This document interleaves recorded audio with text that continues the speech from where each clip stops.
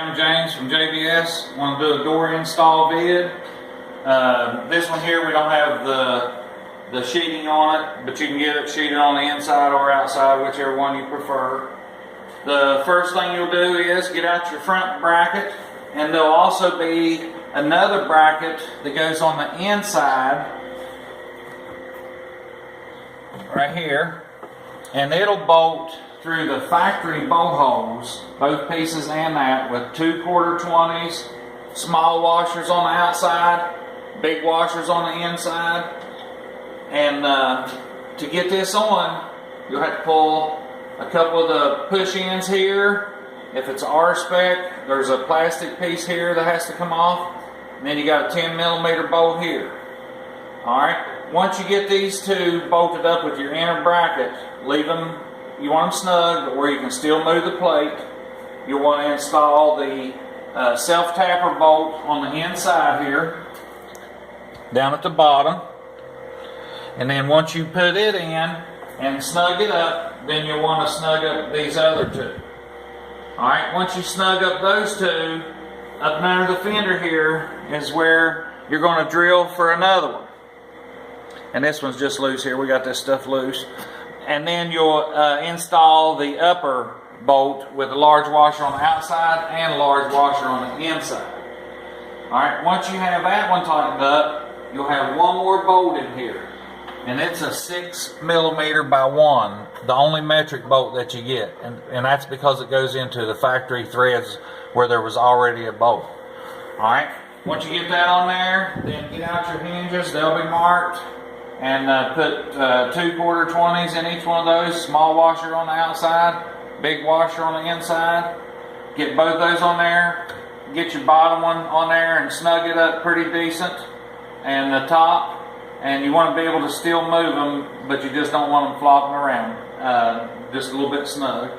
Alright, once you get those on there, you'll go to the back piece to install your back piece. You'll have your seat out, and you'll have a 1/4-20 down here with a large washer, with another large washer and nut on the back.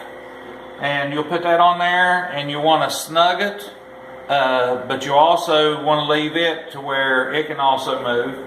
Then put your cage bolt back in with the washer we provide there. Snug it back up, but like I said, all this so it can still move. Once you put those 2 bolts in, and they're snug, you'll come on the inside and you'll have 2 self-tappers. And you'll run those in the cage. Once you run those in the cage, then go back and tighten your cage bolt here and your 1/4-20 down here. Alright? And then here's your door rubber.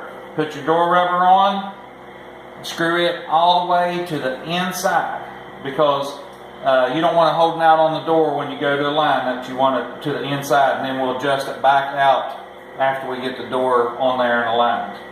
You'll put your striker on next. It'll take 2 Allen heads on the inside, and then your nylock nuts on the outside with 2 small washers. And